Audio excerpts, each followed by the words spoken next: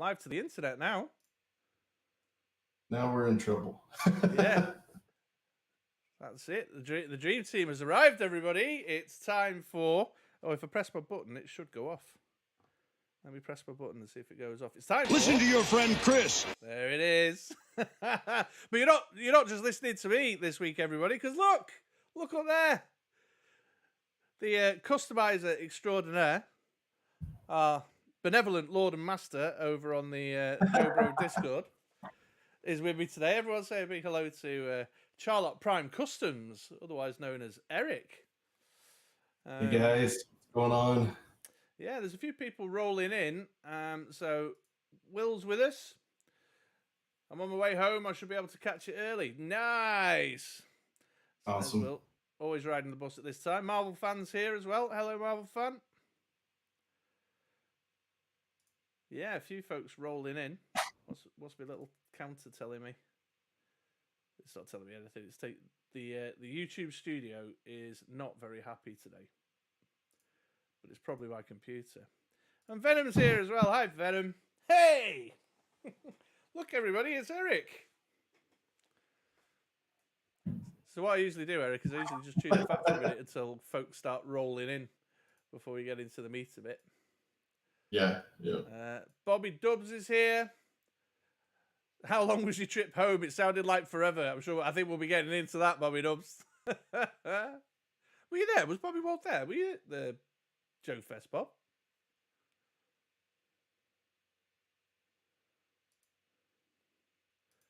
And then there's Same Time Toys with us as well. How's it going, guys? Well, it's going really good, although I'm very, very hot. It is warm on this side of the ocean as well. I'm just checking my audio settings. Are you picking me up all right there, Eric? I hear you all right. Can you hear me okay? Yeah, I can hear you good. I was just checking because it went a bit funny and tinny. So, quick warning, folks. The CPU, my task manager, my computer's going, what are you doing? Trying to do a video call at the same time as broadcasting and stuff. So we'll see how it goes. I'll get the crank wheel out if it becomes a problem. Jonathan Redmond in the house. Up, Chris, Charlock, and Chap. John. Yeah, Jono's here, so we've got a few faces rolling in now. A few of the usual crowd. We'll give it a little bit longer to give folks a bit of time. Sometimes I've noticed as well, like the Discord, you know, the like the update thing, the auto update thing that you've got that posts. It takes 5 or 10 minutes after the start before it shows up in the thing. Oh, does it? Yeah, some of the guys over there might be chilling and waiting. Although Miggs was all like, when's it start? 10:30. I'm like, no, 10. It's a 10. 10 o'clock UK. Well, he was with us down there, so he might still be in recovery mode too. Yeah, so he'll be all burnt out. I watched Lawrence's review of the Monster Force convention exclusives. No, I haven't watched anything yet, obviously. And he was at the end of the Dracula one. He was just like, "Right, that's it. I can't do any more reviewing. I'm going to crash." It's like, that's fair. But you could tell looking at his eyes, he was like this. And here's the figure. You know what I mean? Just completely battered. Well, I think he drove. So. Oh, really? Yeah. Yeah, so he had a long drive back from where we were at too. So we got a few more rolling in. Connor from Fuller's Figures here. Evening, folks. Evening, Connor. Everyone say hi to Connor. Hey, Connor. Same Time Toys says Bobby finally caught one live. So I'm assuming then that this is Same Time Toys. Bobby has made a referral and suggested that you come over to us. Nice. Bobby's also suggesting that Same Time Toys comes and hangs out with us in the Joe Bro Discord. I'll back up that suggestion. There you go. Well, I'll just quickly drop a link in chat for anyone who doesn't currently reside in the Joe Bro, or what we call Frontline. Yeah, in the Frontline Discord. So there you go, Same Time Toys. Always ready with the public service assistance, you know what I mean? Yeah, if you can't find it for some reason, look me or Chris up on Instagram, and I can get you information sent over. Yeah, we'll get you boxed off, no problem at all. G-Force is here. Welcome, welcome, welcome, G-Force. G-Force. I was just talking about I was just talking about your JoeFest vid. I was letting Eric know. Folks, if you've not already seen it, we're obviously planning on talking about JoeFest tonight, me and Eric, but in the meantime, watch this, but after you've finished with us, go check out. No, that's the wrong link. Sorry, G-Force, I posted the wrong link. In fact, that's an old link from last week's stream. Oh, my days. Come on, Chris. Yeah, there we go. Got there. Everyone go check out G-Force's JoeFest blog. It's got an excellent rendition of Don't Look Back in Anger that everyone should go and check out. Although, what you did, I was curious. Did you get copyright claimed for that at all, G-Force? Yeah, Punk Drove.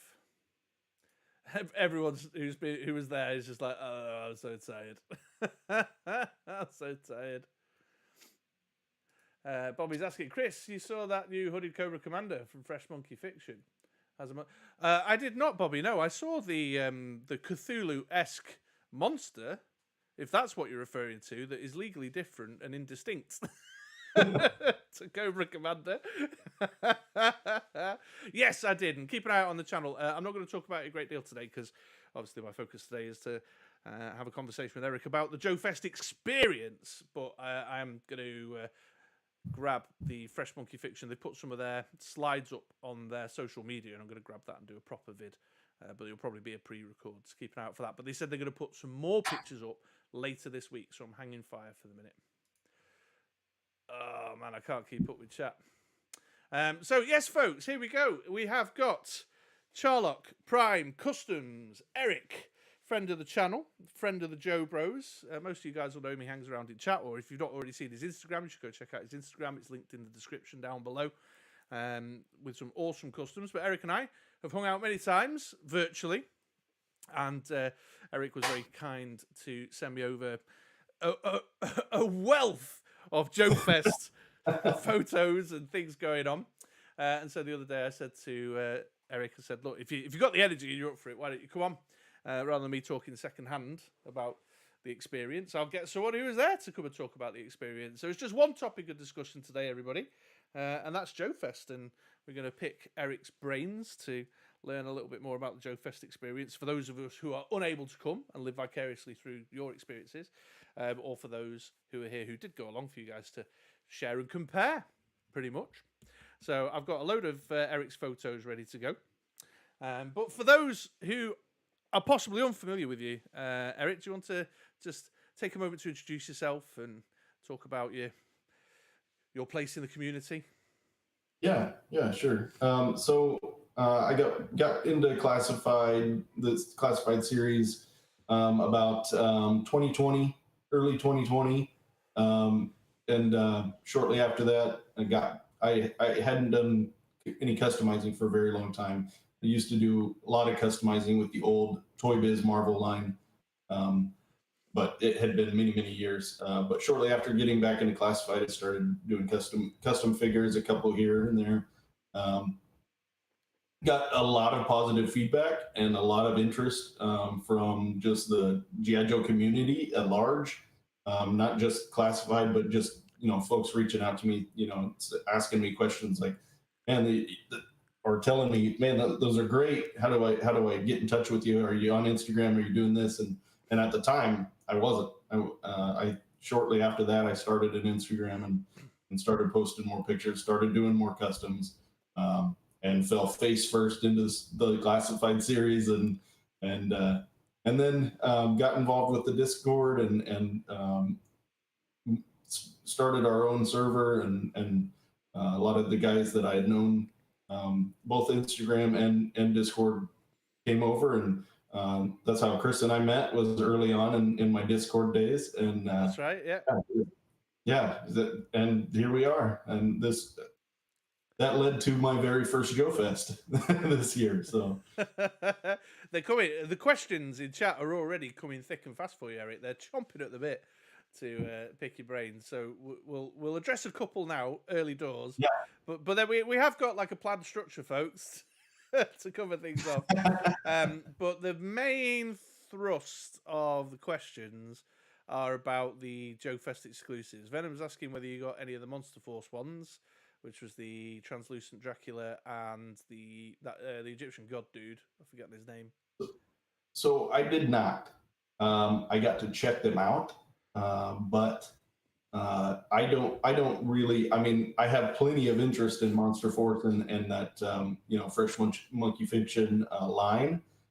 Plenty of interest there, but for me, the translucent figures, and I mean, I know they were exclusives, and a lot of people were really excited just to get their hands on them. I'm not a toy reviewer, so like, I mean, it was hard for me to kind of justify the cost of picking them both up, but a lot of the guys I was with grabbed them, and I got to check them out and see them up close and in person, and I mean, they're fantastic. They're fantastic figures. They look great. The detailing's great. The translucency makes that kind of hard to see it, but all the functionality is there, and the feel and the articulation, the accessory. I mean, they look and feel great. So, Real.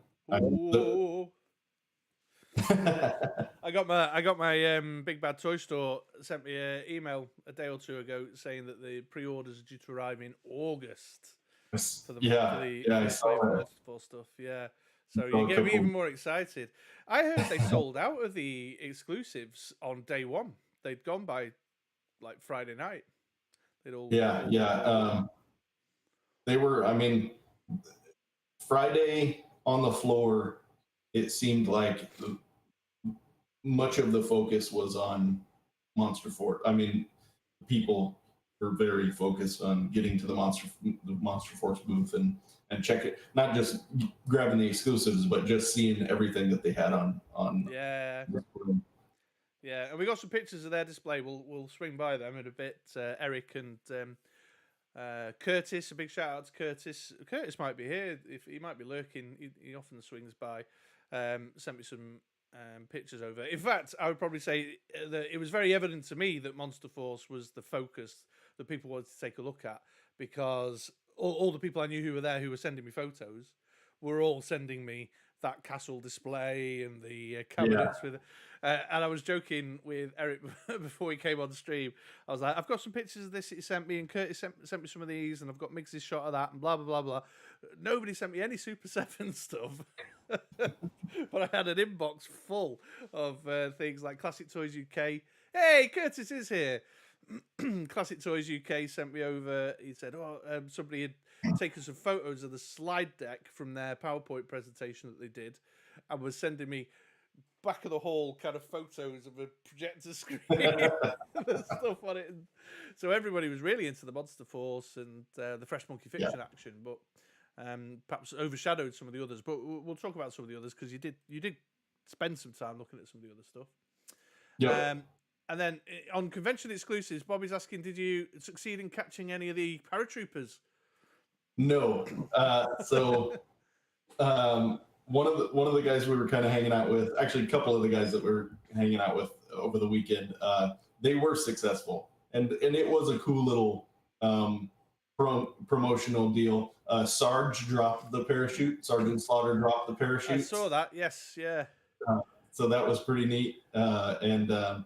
And there were a couple of smaller children that caught one or two. A couple of kids that caught one. We were there to witness it. But the crowd under the space where it was being dropped, I saw it and I was like, I'm good. I'll watch from afar and enjoy it. But it was a very cool, very fun event. It was a neat promotion. Yeah, lovely little touch, and the fact that the parachutes had the JoeFest printed on them and all that makes it a little bit. And then I guess you could take them over to the Marauder booth or I think it was Marauder, and deck them out. Maybe it wasn't Marauder. Marauder was doing a customized grown figure too. Right. But I guess you could take them over to the booth and kind of gear them up and get them some accessories after you caught your parachute. That was pretty cool. Awesome. Yeah. Bobby would like to know what your latest custom is, so he knows what's coming next from G.I. Joe Classified. That's funny. Let's see. What am I working on? Have you finished Billy? Have you finished Billy? Yeah, Billy's done. Oh, I can see him. I can see him there.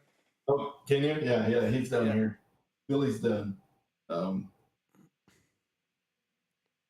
Pretty cool. It looks turned out pretty good. Is that a Snake Plissken head? It's yeah. So it's a Kurt Russell snake head with the patch reversed. So like mirror image. But I'm working on one right now. Well, I mean, I did do the heavy IG. Oh yeah, look at that. Over a bit. There we go. Yeah. Eric can't see himself very well because he's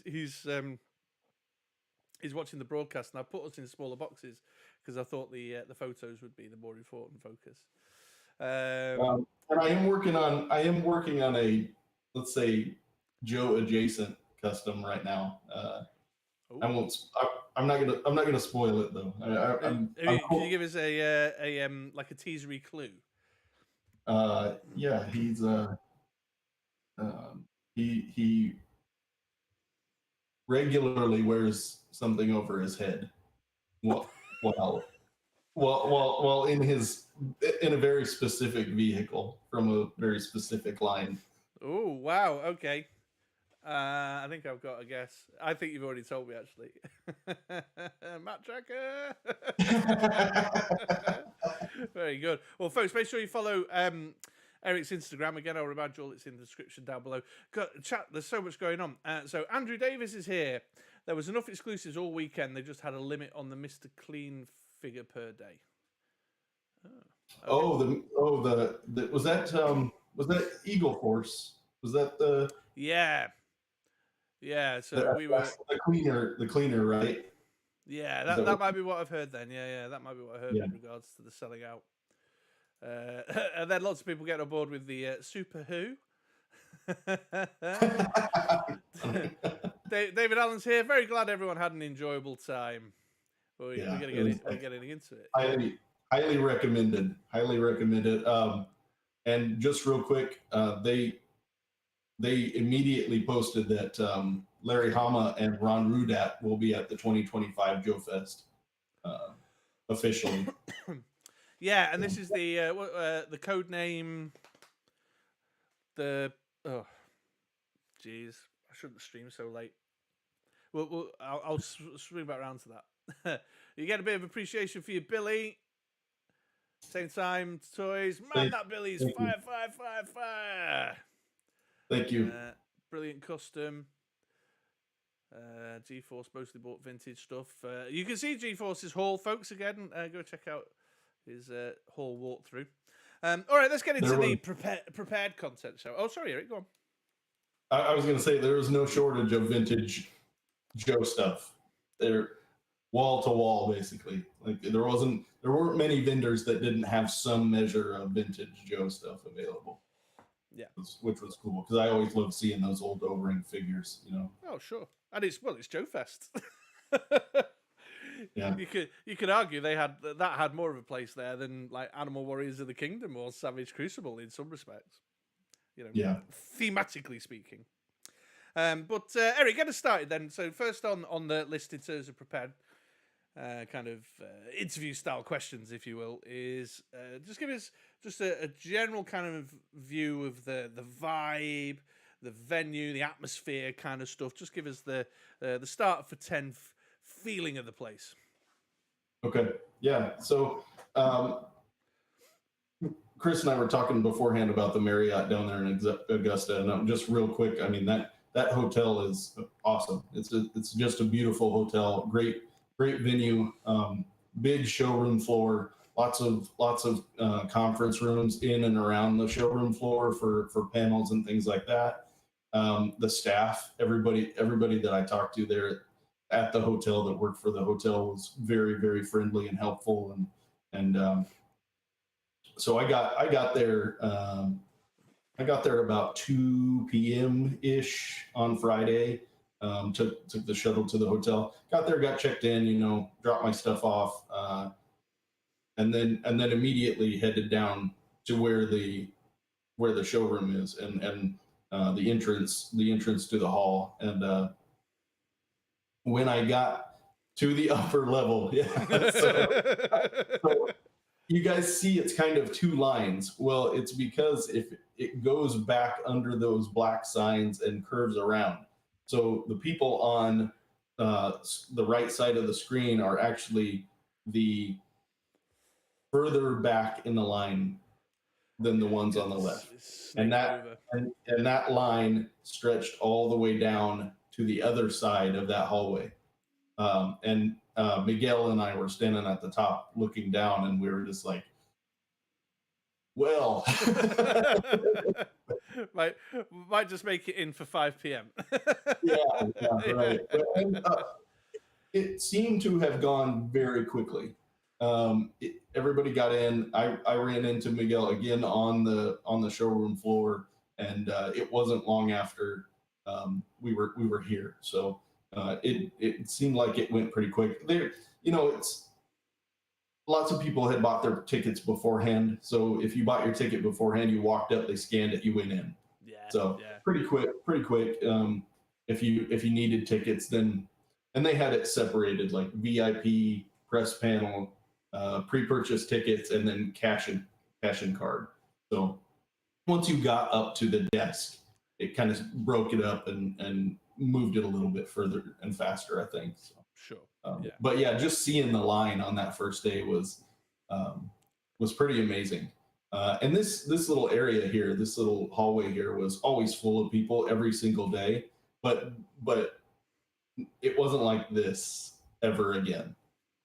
So I think a lot of people, came back and had already purchased tickets, or they're just, at least there wasn't, a mile and a half long line to get in. Yeah, but it's all the folks chomping at the bit, isn't it? All the getting there early, wanting to get in. It was one of the largest conventions that I've ever been to personally. So I was very excited, and not just to get in there and get a look at everything, but also, I met a lot of the guys from the Discord, a lot of the members from the Discord channel that went down, and I had also known that some other YouTubers were going down, and I ran into those guys almost immediately, and got to talking to them, and shook hands, and met everybody. Other YouTubers, Eric. Other YouTubers. You hussy. You absolute tramp. I know. Talking to other YouTubers. I felt terrible. The guilt was. Curtis has just popped in the chat there saying the line moved quickly once people started going in. I'm somewhere on that right hand side. Oh yeah, so yeah, because Curtis was standing down.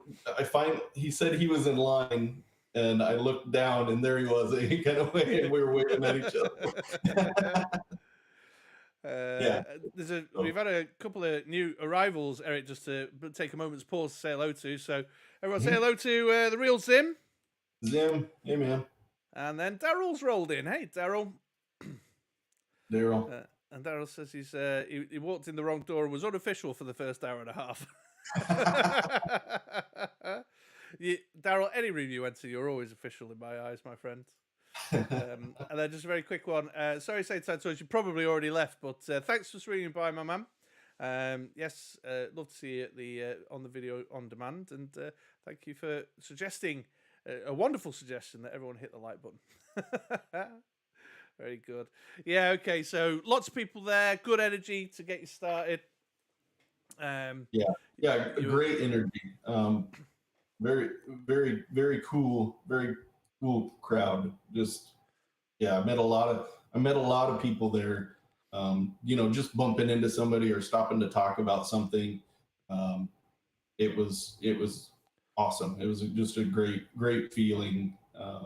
You get around crowds of people like that. It's not always guaranteed that everybody's going to be, cool and collected and patient and. Yeah. Like, it's not unheard of that events of this nature you find people brawling and things. Right. Yeah, and we saw none of that, so that was nice. So you mentioned about the halls and the convention space and a lovely convention space. I've just dropped some of the pictures. So a few of these are yours, and I think Curtis, some of your pictures have snuck in here. So my grateful thanks to Curtis and Daryl in chat for some of the photos of theirs that they shared that I'm using tonight. But this is just to give people a kind of sense of the size and scale of the thing. And this looks like a big, just like a big prefab shed with just lots of toys in it, basically. Yeah, and they had them fairly densely packed in. They probably could have spread them out a little bit more, but if they have more vendors next year, then I'm sure they'll expand the space a little bit. But it was a great area.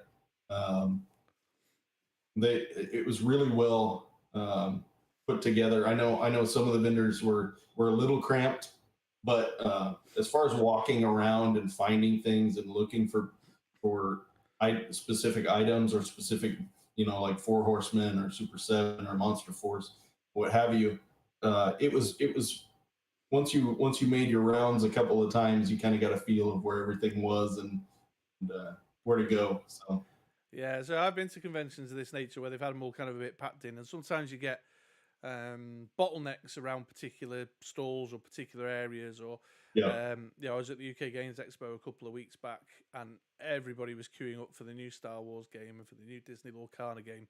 But what that also meant was that if you were trying to get down that aisle because you wanted to go to stuff beyond Disney Lorcana or beyond Star Wars Unlimited, the queuing and the bottlenecking just causes havoc. But it sounds like that wasn't an issue, that things were there were a couple of times where you had to excuse yourself, kind of squeeze through a crowd a little bit, but I felt like there was enough room to walk, at least. Like I said, some of the vendors might have been a little bit cramped as far as their product and display, but as far as getting people in and around each booth, it felt pretty comfortable for the most part. And how did you find the? Actually, sorry. There's a quick question from chat to address first before I give you my question. John is asking you to estimate how many USS flags do you think they could fit in the hall? in or like staggered? Well, or? At least one, apparently. Oh, we'll come back to that one in a minute, but yeah, he's going for 7. So place your guesses in chat how many USS flags you can fit in there. But my question was going to be around the balance between vendors and exhibitors, I suppose would be the way I'd put it, or retailers and exhibitors. Did it feel like a good balance, or did you feel like there was more of one over the other, or I'll stop leading and I'll just ask your opinion on that. What did you think of the balance between the vendors and exhibitors, Eric? Well, kind of going into it, I knew it was a let's call it a trade show. People stores and going in to sell their wares or whatever. So there was a significant number of vendors, like folks just there to sell products. Sure. But like you can see the Super 7 booth there in the middle. I think Monster Force was on the other side of them, and most of these names that are kind of getting bigger and bigger had decent size displays. On one end was Savage Crucible and AWOC, animals or warriors of the Animal Kingdom. Spiro, those guys, they were kind of down on the end, and then Marauder was in front of them. Marauder and Skeletron shared kind of a double-sided booth, which was really cool the way they did that. But I liked it. I thought it was good. I thought they could have probably it comes down to who they're able to schedule and who's able to come. But I thought it was a fair amount of exhibitors, like the ones that not just you and I, but a lot of the guys from the Discord and folks that we talk to on a regular basis. I think the big ones that we're most interested right now, especially with Monster Force and Order of the Crimson Moon, Big Bad Toy Store and Fresh Monkey Fiction being there, that was a pretty big deal. And I know there are a lot of guys that like the Super 7 Ultimates, and they're in the high interest in their O-rings and what those are going to look like. So it was cool to see those guys, and the guys that were there, like Brian Flynn was there from Super 7.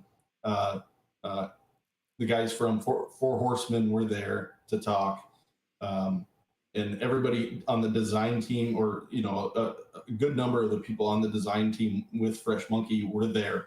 Like you could find someone to ask questions. Ramen Toy, I'm leaving out Ramen Toy. Yeah, Ace, man, he's legend, Ace is the man. I have to say it, man. I talk to Ace. I talk to Ace often on Instagram, and it's funny.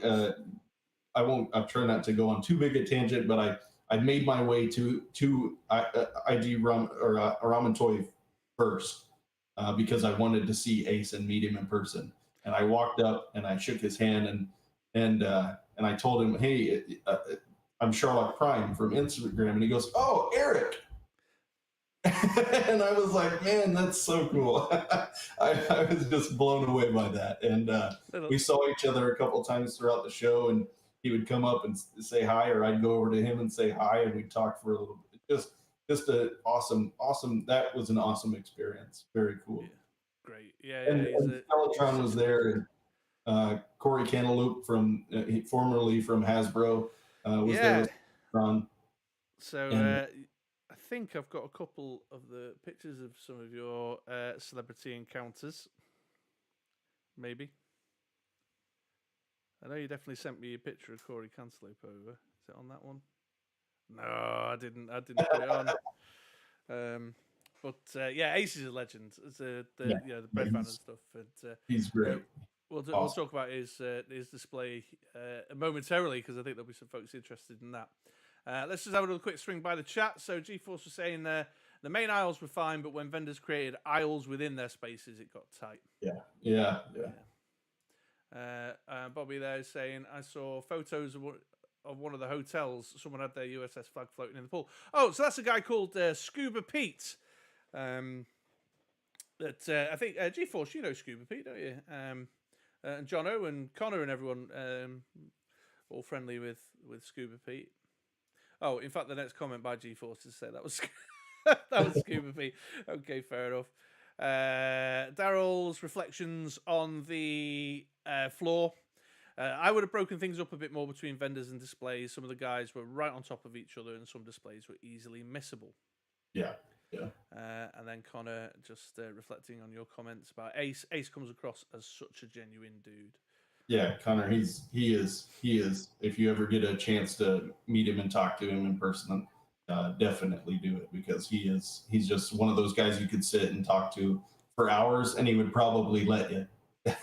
Yeah, sure. Yeah, it's really great. Maybe one of these days we'll have a UK and Ireland invasion of JoeFest. Maybe when the price of flights go down. And Jono there, yeah, Ace has always seemed like a really cool dude. Yeah. Well, I think he, when you talk about, he gets the adult collector fan, doesn't he? He understands. That's and while some of his product skirts a particular line, like we were joking before, similar but legally indistinct, distinct kind of stuff. It's because he knows that nobody's doing that stuff that we want. Like the bread van's a great example of that, isn't it? So yeah, that's wonderful. All right, so there's general feel for the hall and the exhibitors and vendors. But if you were to pick any particular exhibitors or vendors out as highlights, Eric, or standouts for you over the weekend, who would it be? So Ramen Toy for sure, because he had the bridge layer / tank there. Yeah. There you go. He sent your photos over to me. Yeah, and just an awesome set. He was on a panel that Mega J Retro hosted, and he talked a little bit about, I know the scale isn't right. I know it's not a true to scale true to design M1 Abrams, but that's not what he was going for either. He was going for maximum impact, maximum shelf appeal, maximum display and playability opportunity. Sure, sure. And he achieved it. I mean, in my opinion, I think he knocked it out of the park. Those guys know what they're doing. It's a beautiful vehicle. So very impressed. Very impressed with the bridge layer / tank. Yeah, brilliant. Okay, and then Ramen, he also had what else we got here? So the side tank thing, and his Aces of the Air. Yeah, I won't even try to pronounce that name he gave. The Amphibililus or something like that. It sounds like a Harry Potter spell, doesn't it? But that was catching a lot of people's eyes. I know I saw that as when you follow a lot of the JoeFest hashtag over the weekend. The bridge layer and this amphibious tank thing was everywhere. Yeah, and it was very impressive to see him in person. Very impressive, very cool. Yeah, brilliant. Okay, but yeah, so Ramen's a standout. Yeah, Ramen was a big standout. I mean, my friendship with with Ace notwithstanding, a little bit of a bias, but I mean, you look at their stuff, and I think it's hard to argue that it's not cool. Yes, yeah. Well, I don't do vehicles. You know that, as you know, you and I have talked about. Right. Shelf space, square footage, display space. Mm-hmm. But I like the look of the Aces of Aviation. They look kind of cool. Yeah, they're great looking figures. Yeah, GeForce is just again for the purpose of anyone watching video on demand. GeForce in chat says Ace definitely took the time to talk to everybody. Didn't seem bothered at all. Yeah.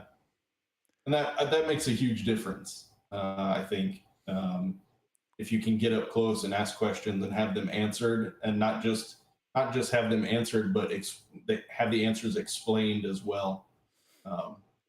Not just somebody saying, "Well, this is how it is because that's the decision we made," but giving some groundwork onto why they made those decisions it's nice. It's not necessary, in my opinion, but it is going above and beyond as far as a toy manufacturer is concerned, I think. But yeah, it takes the edge off, doesn't it? Because it then doesn't feel like they're just there to shill their product to you. That they genuinely care that you're a fan.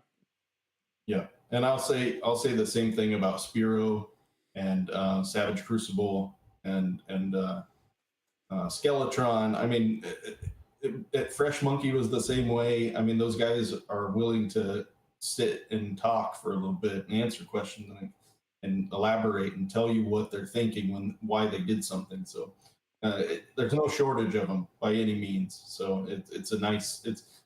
We shared the thought many times this past weekend. Like, it's a good time to be a toy collector. Like, it's if you're into the stuff that's coming out, it's a pretty good time to be a toy collector. Yeah, absolutely.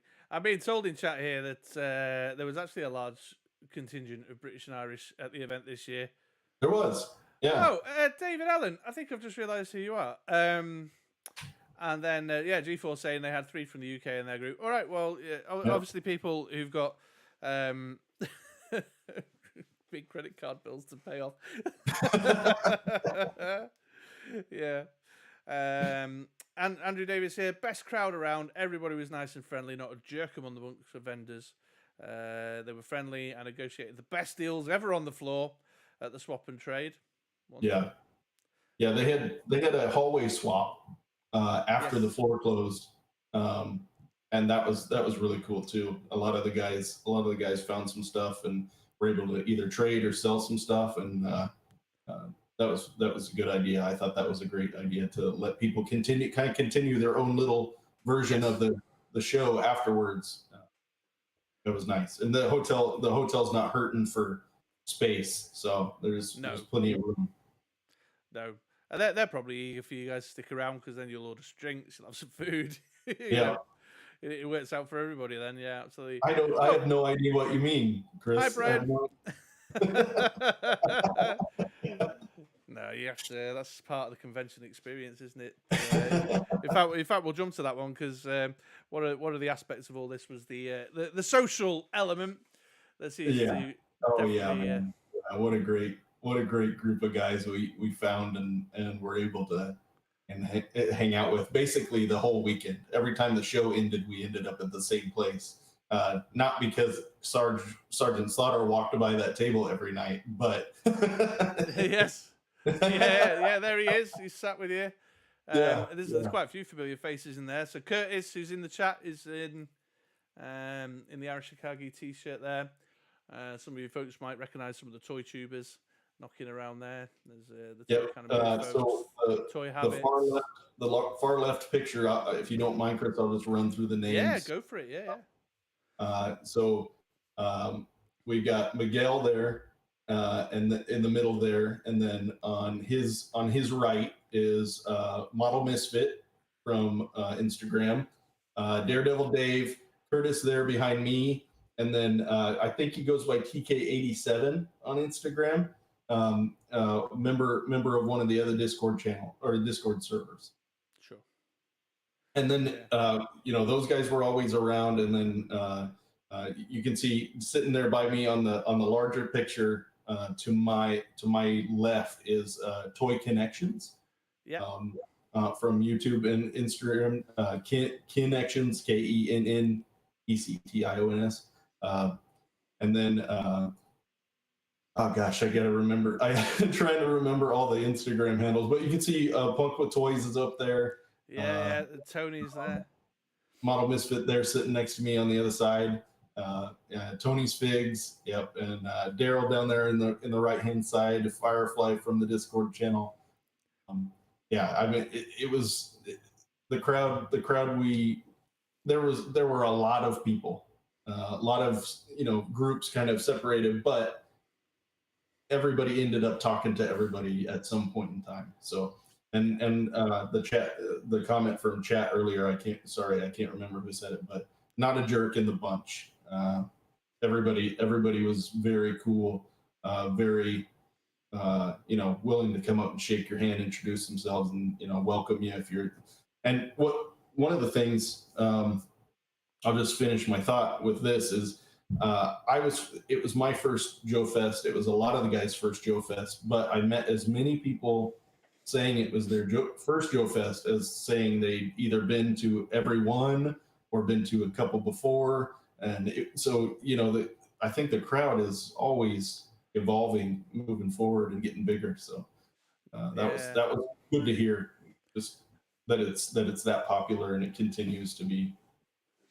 Yeah, I wonder why that is. I wonder if that's because of the success of lines like G.I. Joe Classified, Valorverse Action Force, where there's a bit of a renaissance in sort of military toy kind of stuff, perhaps. Yeah. Interesting. I've got another batch of you getting social pictures as well. This one's your celebrity encounters. So there's Daryl again. Yep, me and Daryl with Brian Hickey from Battle Action Force. And then the middle picture there is the kind of YouTuber reviewers panel. Punk with Toys, Baldy Locks reviews, Tony's Figs, and a Toy Kind of Mood. They did a great panel. Just a kind of a classified series fan panel. They talked about some other stuff too, but it was mostly, I think that was mostly the focus was the classified series and some of the new and upcoming stuff that they've talked that Hasbro has revealed and talked about or hinted at. So that was great. And then down there on the right is Mega J, another great guy. Got to meet him for the first time in person. Another guy that I kind of correspond with once in a while on Instagram, and was excited to see that he would be there. And he was helping out with the Delta 17, which is a 3 3/4 line, O-ring line. He was helping out with the Delta 17 booth. Another great, 3 3/4 military line that plays really well with the Joe stuff. Just a little. I think it's a little more. There's a little bit more high tech science fiction-y lean, but not. It's not the main focus, but very cool stuff. And it was cool to see those guys get involved with those booths and those developers, those producers. Sure. And then, of course, we've got the big man himself. So, yeah, that was Miggs there over on the left. Yeah, Curtis on the right there, and then me and Travis from A Toy Kind of Mood. This was Friday night. Friday night we were sitting at that same table, and just kind of going over what we picked up or what we experienced that first day, and the restaurant's kind of right behind us. So he came out, and he had his handler or manager or whatever, whoever it was with him, and he was walking by the table, and everybody, "Hey Sarge, how you doing? Hey, how's it going?" And he just pulled up a chair and sat down. One of the guys we were with said, "Sarge, can I get you a drink?" And Sarge said, "Well, let me buy you guys a drink." And he said, No. Please let me buy Sergeant Slaughter a drink." So he ran in and got him something to drink and brought it back out. And then he proceeded to regale us with stories and answers to questions and pictures and just a really unexpected, wild experience that night. It was fantastic. That was great. Yeah, tremendous, absolutely. And Dave Allen there is saying in the chat, Sarge is a wonderful person to get a drink with, plus breakfast with. yeah. And Miguel was pulled from the raffle and ended up being the special Sarge's personal guest at the breakfast. Really? Oh yeah. Yes, I saw his pictures. Yeah. That's that's awesome. Yeah, absolutely. So, a little added bonus for Miggs there, and that and he said the same thing. It's just he's just a nice guy. Sarge is just a nice guy, just a friendly guy, and willing to sit and talk and talk your ear off, tell you stories. They're the best. The stories are the best, aren't they? Yeah. Turd Ferguson. I think that's Turd Ferguson's first comment as well. So everyone say hello to Turd Ferguson for me. But Delta 17 has that nice wrist articulation. Yes, sir. That's not the first time someone's mentioned the wrist articulation. Someone was curious about the Super 7 stuff. That point about Delta 17 was not lost on our crowd either. We talked significantly about the Delta 17 wrist articulation in comparison to some other O-ring lines that don't have it. Yes, yeah, absolutely. I don't touch. Daryl said he didn't win the raffle. He was just Sarge's personal guest. Well, yeah. I think he may be joking. I think he might be cracking a joke. Maybe so. I don't know. I thought it was the raffle thing, but I like having meals and drinks with Miggs too. So yeah. So who would blame the Sarge? You know what I mean? Yeah, exactly. Kind of saying, "Oh wow, the special guest would be cool to get. That's brilliant." And then Turd Ferguson, Miggs worked up a deal for MigsCon. MigsCon. Watch this space, guys. Coming soon, MigsCon.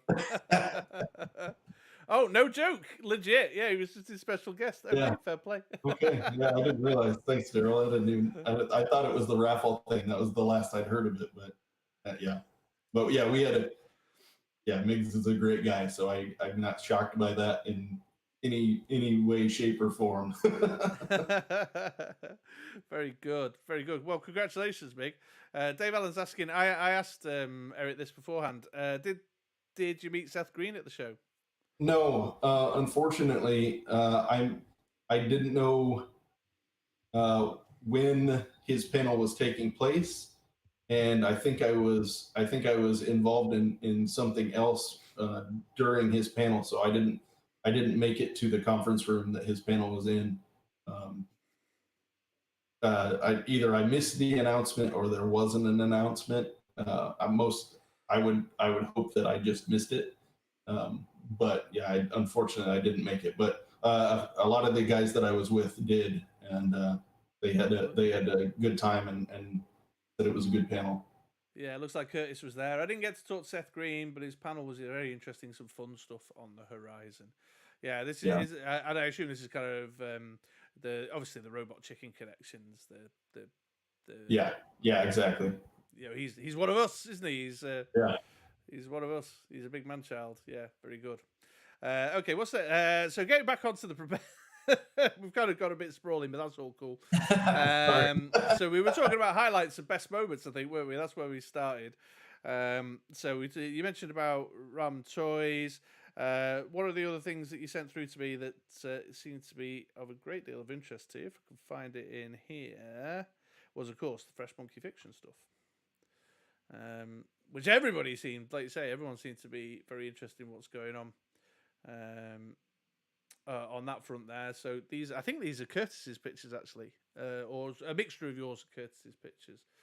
Yeah, I think these are from Curtis. These ones here. Yeah, so they had some stuff in the display cabinets. Then this was the big diorama that they had going on. Yeah, and just one quick fact about this castle diorama is foam, and the guy who made it for Big Bad Toy Store was there at the show and had some pieces available, and very impressive work. Yeah, it's tremendous, isn't it? It's outstanding. I didn't even realize it was foam when I first saw it. Sure. Because it just looked too detailed to be foam, but yeah, it's impressive, and you throw those figures in it on display, and it makes it even more impressive. Well, yeah, I was going to say that because the diorama in its own right is one thing, but then the way they've engaged with it in the man-child play space to put the figures through. So one of you guys, I don't know if it was you or Curtis, sent me a picture of the werewolf coming through. Let me just see if I've got that here. No, I haven't. But they placed the sort of werewolf breaking through the floor out onto the ceiling, haven't they? Yeah. And they had the Crimson Moon dude in the doorway, and you can kind of see him there in the photos. There, you can kind of see him in the floor there. Yeah. Have you put any of these up on Instagram yet? Of your shots of these? No. I posted a lot of pictures of me with folks, meeting folks. But sure.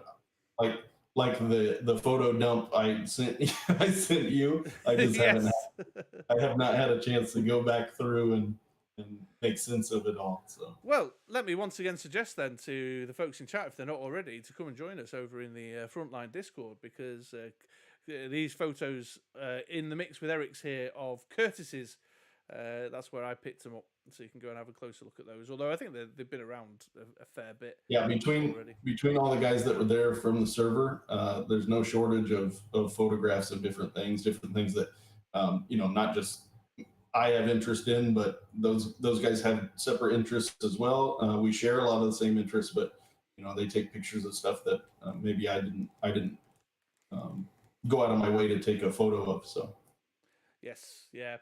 I've got a few more. This is the display cabinets here. These are upcoming figures: the General, the Scientist, and then the new Cops line that they were touting. Yep, yeah, that new Cops one. That was a big reception. Good reception on their panel when they announced it, and then they had him out there in the display the next day. Yes, yeah. And as I said earlier, folks, I know some of you joined us since. If you go to Fresh Monkey Fiction's social media pages, particularly their Facebook page, they've shared a number of the slides from the panel that Eric's just mentioned there already. The proper high-res stuff is out there. If you want to go take a closer look at the new Cops line, and they had some secret agent dudes and some special forces dudes, although one of them was decked out in like luminous yellow from head to toe. I'm not sure how successful he is as a special forces guy. Do you know what I mean? Yeah. There's definitely some folks in the chat who were there who were very appreciative of the Monster Force stuff. The castle diorama was cool, says Curtis. Connor's saying it's really great to see people getting excited for a brand that's a brand new line, sorry, something that's separate from the nostalgia factor. Yeah, and I mean that's an interesting comment because, like, if you, it's not for lack of trying. Folks have put out lines, you know, if you think about Valaverse, which I suppose has got quite a strong following. But if you think of like that, Arlen Pelletier was there with his space zombie guys, and this the guys doing the fist figures. Yeah, with his space orcs and stuff. The orcs, yeah. His name's Esteban, or Esteban's a member of the Invincible Toys, but those are largely his designs.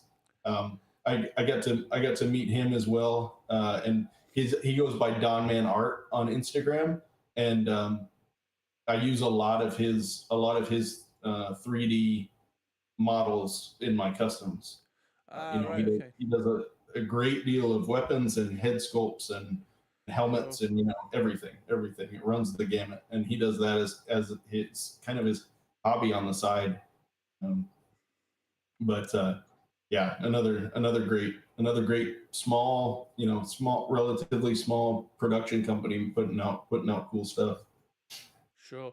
Jono has asked an interesting question along these lines, actually, as we're mentioning the likes of all these different lines, asking, could there be too many new lines coming out these days for them all to be profitable? Seems like there's a crazy amount of 3.75 and 6-inch lines.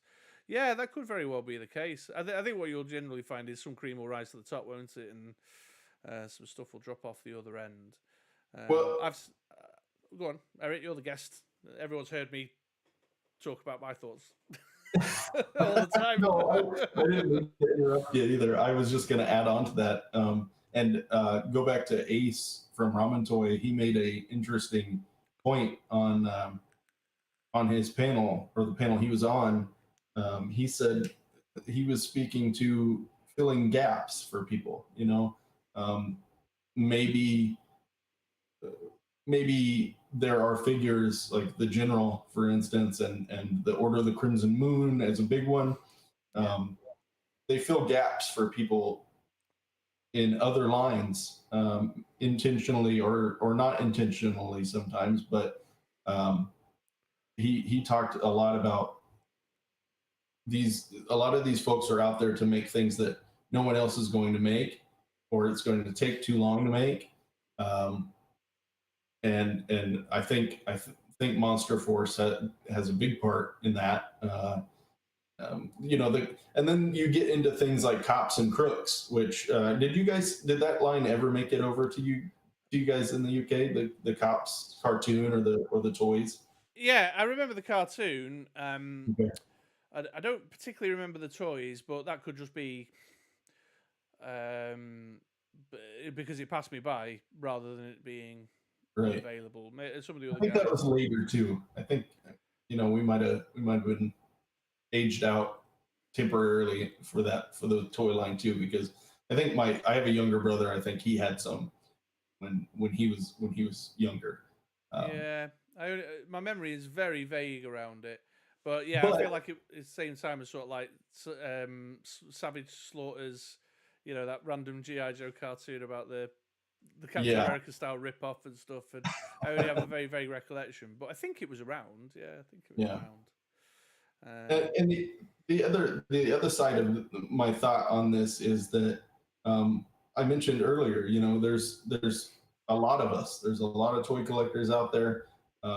My interests are different than this guy's interests or that guy's interests, or Chris, you collect Marvel Legends, you collect Street Fighter toys. I'm not particularly into that stuff. I do see things from time to time, which I'll show you something here, because I didn't buy a whole lot at the show for myself, because there wasn't much there that I needed or really wanted. Lots of things to look at that maybe I'll pick up when they're released. Sure. Which was one of the coolest parts for me. And there's just constant nostalgia of walking down the aisles and seeing stuff that you hadn't seen in 30 years. Yeah, like, but yeah, I'm not I'm not interested in the Cops and Crooks line, but it looks really freaking cool. You know, like, And there's somebody out there who is, yeah. yeah, and I know plenty of them. I know plenty of people who are very interested in seeing that release and picking it up and adding it to their collection. So, yeah, there may be some oversaturation in the multitude of toy companies that are putting out these toys. But if you separate it into filling gaps or toys that nobody else is going to make or may take a while to make, like I don't think anybody else has the Cops and Crooks license to produce right now. No. Or if they do, I haven't seen anything about They've it. not done anything with it. Yeah. Right. Yeah. So there's that. That's my thought on it. Yeah, it might be too many if you look at it like I need all of this stuff. Then yeah, for me there are too many. But if you look at it like, well, I want this from that, and if they do this, I'll probably pick it up too. But yeah, that's just my 2 cents on it. You know. Yeah, I'd say so. I'm in the same kind of ballpark, really. That so I'm looking at Operation Monster Force and Crimson Moon. Well, Crimson Moon's a bit different, but Operation Monster Force, I've just gone for stuff that I feel will complement my tastes. That will go in there. So I've not bought Dracula or pre-ordered Dracula. I've not pre-ordered Egyptian Godhead dude. Yeah. I've not got any of the zombies or anything.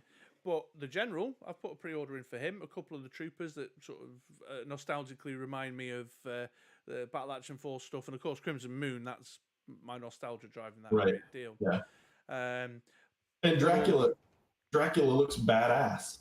You know, but I don't have a place for a Dracula in my 6-inch display. No, I don't do that. I don't particularly do the supernatural stuff. Maybe if classified, at some point they'll get around to releasing like the ghosts from that episode. That might be the time I have to walk away. But but it's about what would complement your collection. But when you look at Fresh Monkey Fiction's Order of the Crimson Moon, their minimum order quantity to go to production was 3,000 units, wasn't it? Yeah. So it's actually not.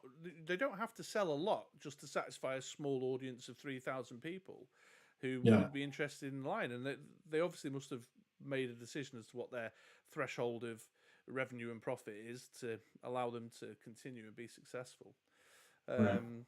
But Connor makes a good point here. He says, competition in the hobby will benefit collectors, he supposes. Yeah, upping each other's game.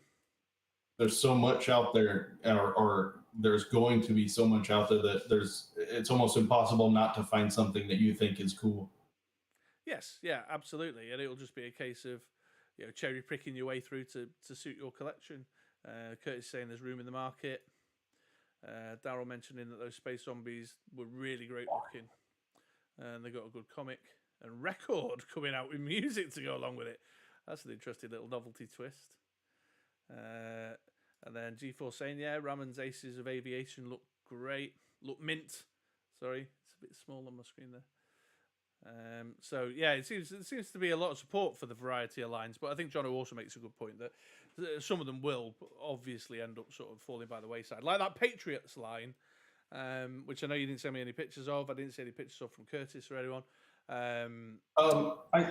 Did I not? I took a couple of pictures. I wasn't able to get real close to the figures, the prototypes they had there. Those are the ones you're talking about, right? Kind of the real world soldiers. Yeah, there was one. There was a digital render doing the rounds the other day called the Insurgent, which caused a controversial fuss. Yeah, and we talked about that in a couple of conversations with the guys there, which, I mean, there's definitely room for hyper realistic, real world military toys, and there always has been. I think there's a delicate line though, there's a certain amount of sensitivity to current world events, isn't there, that you have to also. They did have a very, very nice armored vehicle at their display, and I would be interested in knowing what the price point for that will be. But is that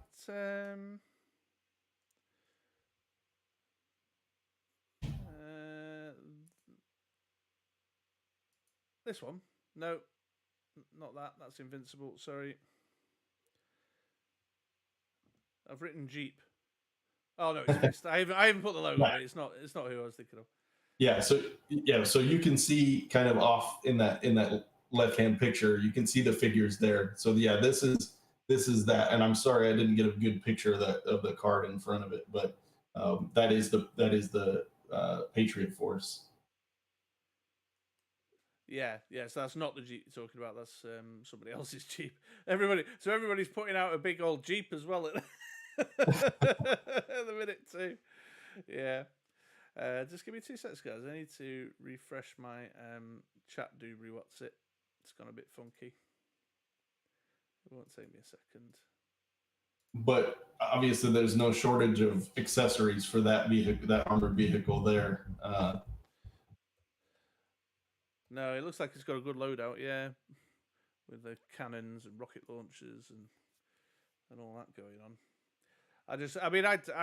I only to pay a cursory attention to the Jeeps because I've made a decision that vehicles I just can't do. It's already getting bad enough. You guys can't. Oh, go ahead, Chris. Well, I was going to say you guys can't see below camera here, but it's absolute shit tip. So the boxes are out at the minute. If I kick the side of it, you can hear it there. Yeah, I'm not gonna point my camera at my office. I'm not gonna show you guys. I'm not gonna show you that chaos. It's so I was doing I was recording some footage for a review that's coming down the pipeline, which is this guy here, the McFarlane Green Lantern. And so I wanted to I'm surrounded by McFarlane figures right now because I was doing some Batman and because you got to pose your Green Lantern up with Batman and Wonder Woman and Superman's over here as well. You got to get your Justice League together. So I'm surrounded by McFarlane presently. But the box with my McFarlane figures was right at the back, so I had to take all the other boxes out to get to. So it's about 2.5. This cupboard's about 2.5 meters deep. I should take a photo and share it with you guys sometime. And it's got these big wheelie containers in it, which it fits 2 wheelie containers and then like another half box in, and most of it's just spread throughout these boxes. So when I wheel them out, I was like, oh well, I won't put the box back because I'll be putting these away once I've taken the photos that I want to take.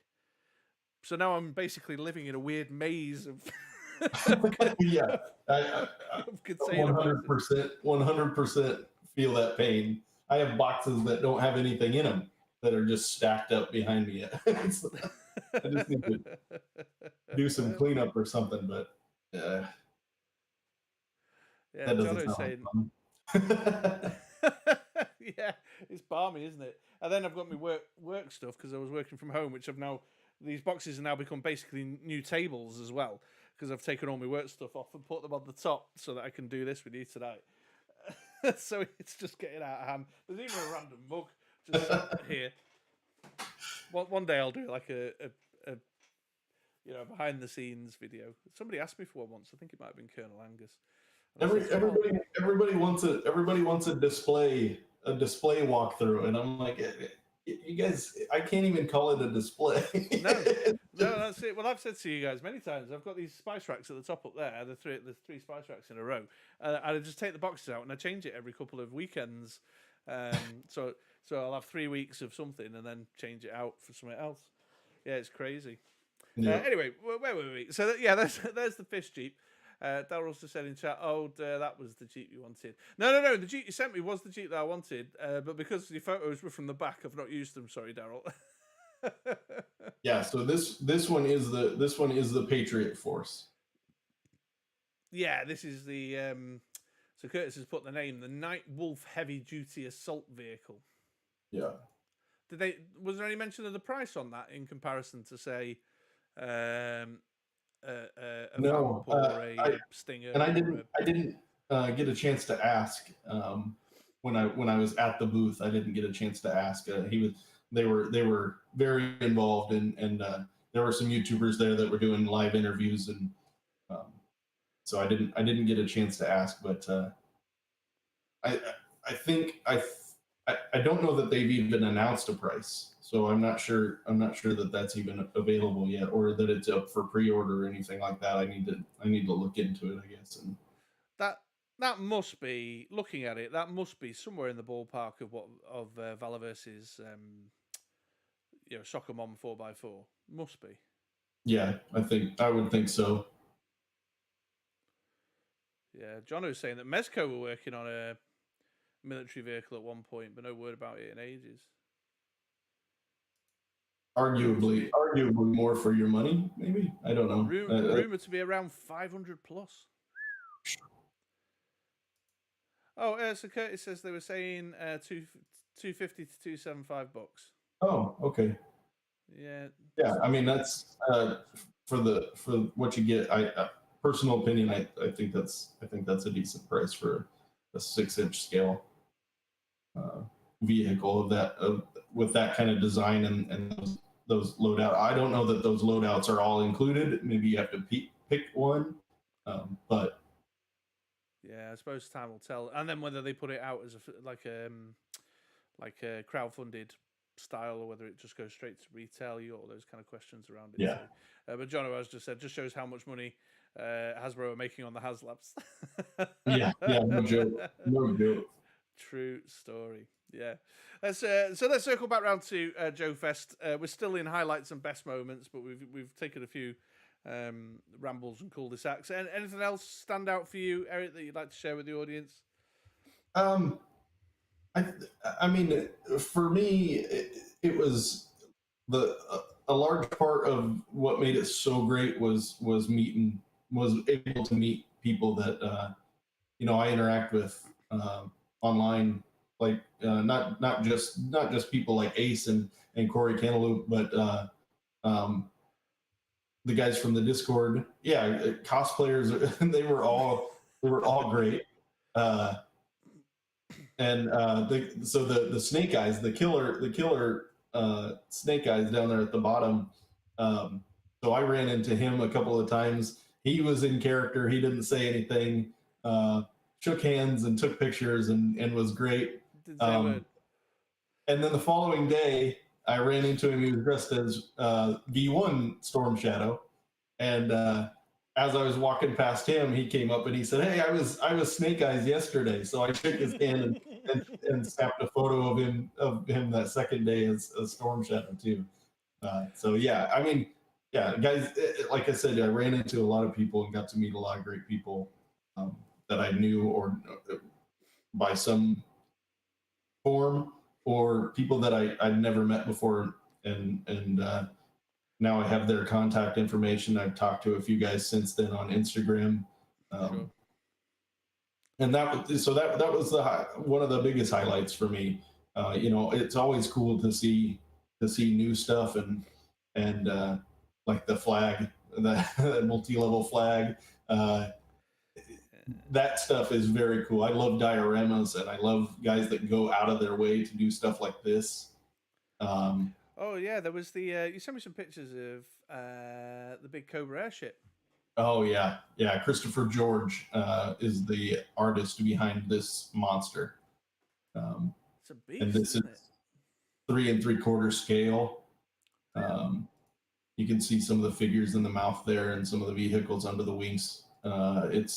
It was. I mean, how do you describe it? Impressive. I was blown away. And it's cardboard. It's largely cardboard. Oh, is it? Yeah. So I thought maybe it was 3D printed. No, I think some parts might have some 3D print, but I think most of it is like the frame is made up of cardboard. Right. If it had been 3D printed, he would have had the patience of a saint. Yeah. Just watching that printer work on that. But yeah, that's stunning. And that looks like that's in. Is that where the panels were taking place? Then was it up? Yeah. And that mezzanine area kind of thing. They actually moved that out of that little hall there before any of the panels took place. But I think that was probably the right idea, the right move. Don't want it knocked over. Yeah. But he set it up there. Christopher George on Instagram. Christopher George 1987, I believe, is his Instagram handle. and he does make cool stuff. So, Yeah, sure. I mean, that if that's anything to go by, then it's outstanding. In fact, Turd Ferguson is saying that he saw some videos of the thing under construction. The yeah, Rapper Hanger is pretty impressive. So what I'll do, folks, is I'll try and gather up some of the, through the course of the conversation, Eric's mentioned a few Instagram pages and a few folks to follow up on. I put a couple in the comments already that I sort of anticipated would be mentioned, but I'll endeavour to go back through and make sure that they're all added. Normally I prepare my little button with the links, but I didn't know who you might or might not bring up, you see. So I'll make sure they're there. Although I've said that can I mention one other? Can I mention one other real quick? Of course you can. Yeah, absolutely. So GI Joe collectors, O-ring collectors, will be familiar with this design. I was fortunate enough to get one of these. The Instagram handle is fantastic.plastic with 4s instead of A's in the name. Okay. So he created these. Oh yes, I saw these knocking around. They're the belt, your pocket Joe carrier. It does have the belt clip on the back. Yeah. And I stored the 3 customs that nice, I brought. Nice, very cool. And so I could tote them around with me and brag and show off a little bit. I think he's planning on selling them, isn't he? I think I'm sure I saw a kind of a tentative advert. Yeah. So if you don't follow him or you're not aware of him on Instagram, it's fantastic.plastic with 4s instead of A's. And he's awesome. He's a great guy. Just another example of just somebody that really enjoys the hobby. And sure. Well, you might have to do me a favor, Eric, and try and think back through all the people you've mentioned and just send me a list, and I'll make sure they're getting their props. I sure will. So if anyone's watching this video on demand, we're on a Tuesday right now. Hopefully by about Thursday this week, the description will be all up to date with everything in it. So we'll make sure we do that. Yeah, absolutely.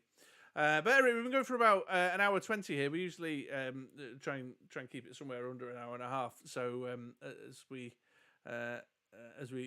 come to an end, is there anything else you would like to care to share with our audience in terms of expressing the JoeFest convention experience? Yeah, I mean, like I said, this was my first one, so I kind of went into it not really knowing what to expect. I've been to much smaller conventions and had a wonderful time. Assembly Required takes place in Iowa every fall. Oh, sure, yeah. And last year was my first Assembly Required, and I had an amazing time and a very similar experience, but not on such a grand scale. Yeah. And same with that convention as this one. I went to look and meet people more than I did to buy a whole bunch of stuff. Yeah. And mission accomplished with JoeFest. I'll show you. I did the unthinkable, and you bought yourself a Mythic Legions. What's the? Have you got it? It's the only one I bought, but I've seen guys that had this particular figure, the Thrace figure, yes. And taken some amazing photos and posed her up. Just looks outstanding, and anybody that's collected, Motu classics when Four Horsemen was behind those designs, and Cosmic Legions, and you guys know they do good work, and they're high quality figures with high quality paint and articulation and sculpting, and I didn't, part of me as a toy collector, as a toy buyer, I didn't want to leave empty handed. So yeah. You can have a little memento for yourself, absolutely. Right. Yeah. And I did like my oldest son, he collects Star Wars Black Series. So I grabbed him a couple of figures. My 11-year-old, he collects Marvel Legends. So I was able to pick him something up. And I have 2 younger kids, in their single digits, and I picked them up a couple of things. And yeah, it was just, and Oh, I don't have it. Shoot. Hang on 1 second. I want to show one more thing. I'll improvise. So here we go. He's into one of the many boxes. Let's see what this is. Curious. So this was another gift from an Instagrammer. Kind of hard to make out, but it's a tote. Crate. It's a crate. Yeah. So yeah, very well detailed, very well painted. Foam it's again, foam. is it? Yeah. Yeah, it's foam. Yeah. And he goes by White Vegeta, like from Dragon Ball on Instagram, and he created this by hand. Wow. Nice. And he also created these. Let's see if I can get it out of this little baggie. Gosh, of course.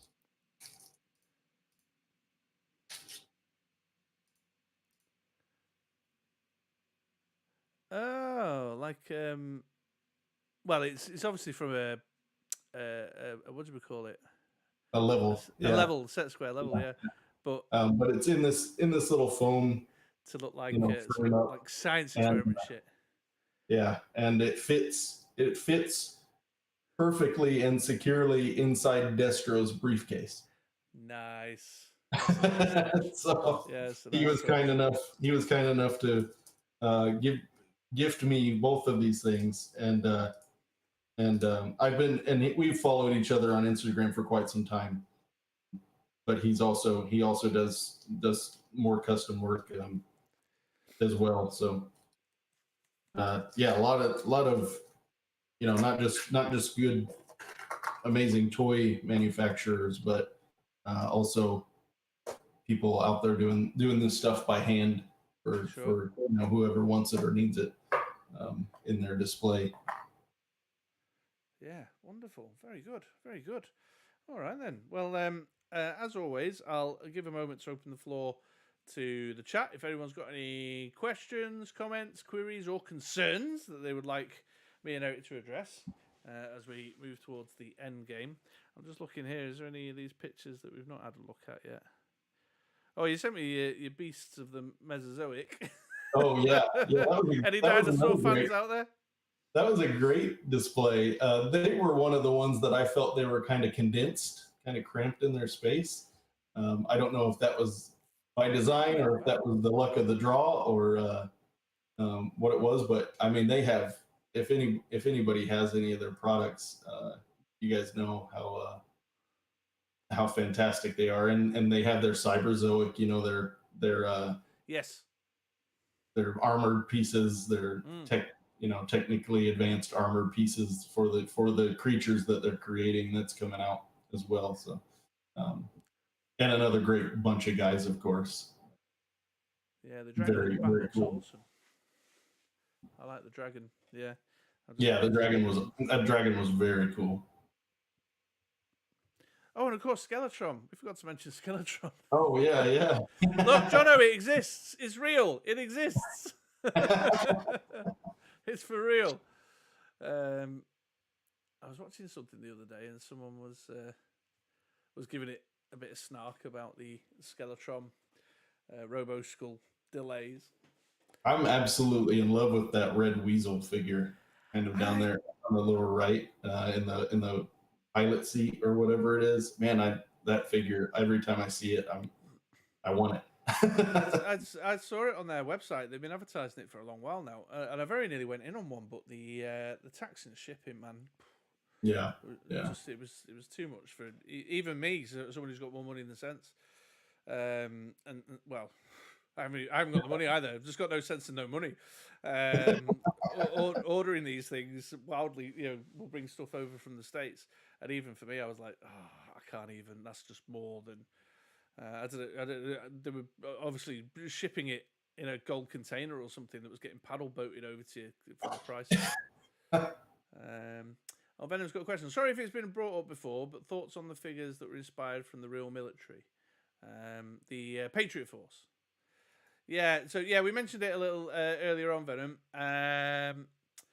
That it's fine. It is what it is. Eric takes the view that there's always going to be an interest in realistic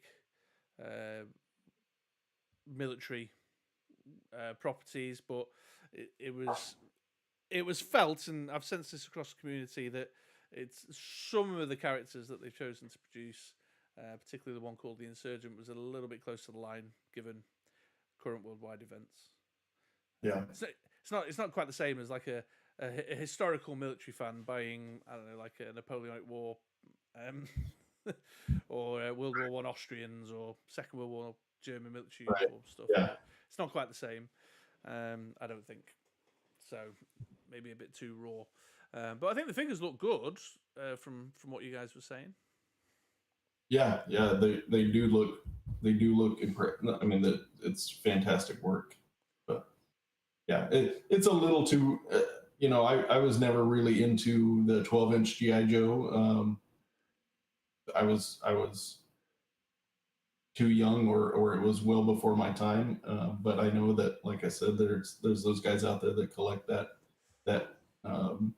more realistic military action figures and things like that. But yeah.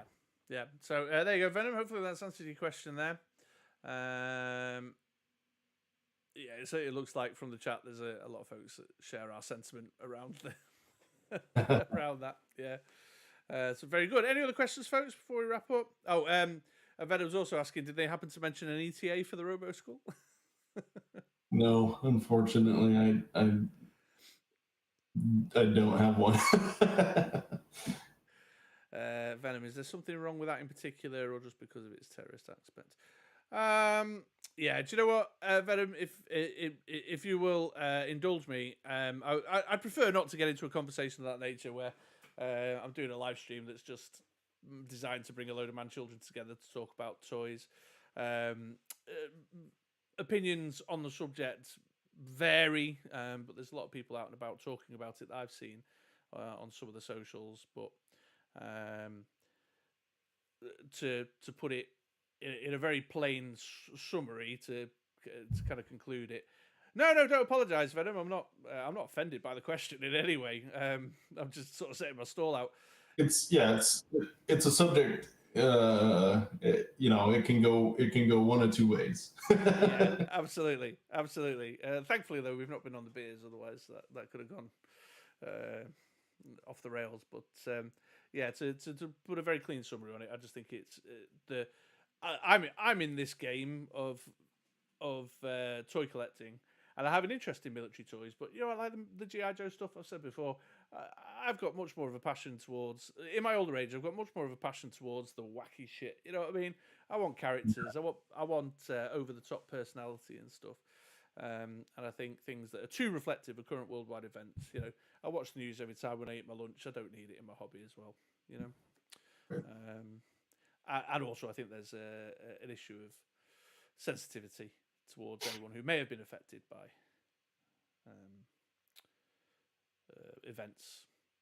worldwide events, and that's kind of as far as I would like to go with that conversation. Oh, that's good. Yeah, I mean, I think you framed it well. yeah, absolutely. But we all have opinions on the subject. Yeah. But please don't apologise, Venom. I take no offence by the question at all. I think it was a fair and reasonable question to ask. I'm just choosing to not make this a forum to discuss that. Yeah. Very good. All right, well, there we are. We're at 11:30. We've done 90 minutes on the subject of JoeFest. So thank you very much, everyone, for coming along and hanging out with Eric and I. Particularly Eric. And I think you'll all join me in a little clap and a thank you for coming along and sharing your thoughts. Always enjoy chatting, Chris. Yeah, man. Yeah. You guys, like I said, if you guys want to talk to me or Chris or anybody, we're on the Discord. Or just reach out to me on Instagram if you guys get custom questions. If I talked to a lot of guys about customizing at JoeFest this weekend, and tips and tricks and things like that. If anybody's getting into customizing or thinking about it, hit me up, let me know. And there's plenty of guys on the Discord Discord too that do the same thing. Yeah, I'll give I'll pop the Discord link in the chat one more time. But also Eric's Instagram page is in the description down below, folks. It's sorry, my little my stream deck's being a little unresponsive under the pressure. It's not handling the pressure, man. It's not handling the pressure. But yeah, thank you, and of course, thank you to Curtis, to Migs, to Daryl, the other Joe Bros from the Discord, who also happily shared their photographs with me. And gave me permission to use them here today. Eric and I will endeavour to make sure that we've got links to all the other stuff that we may have referenced or brought up through the course of the stream. And if you're joining us on the video on demand, where were you? You missed all the great chat. But in the meantime, folks, we'll wrap that up there. Everyone have a wonderful rest of Tuesday, and we'll catch you next time. I'm going to press the end stream button. And then it's going to ask me if I want to end stream. And I'm going to say, yes, end. All right. Ta-ra, folks. See you guys. And there we go. We are off air. Yeah, man. Brilliant. Good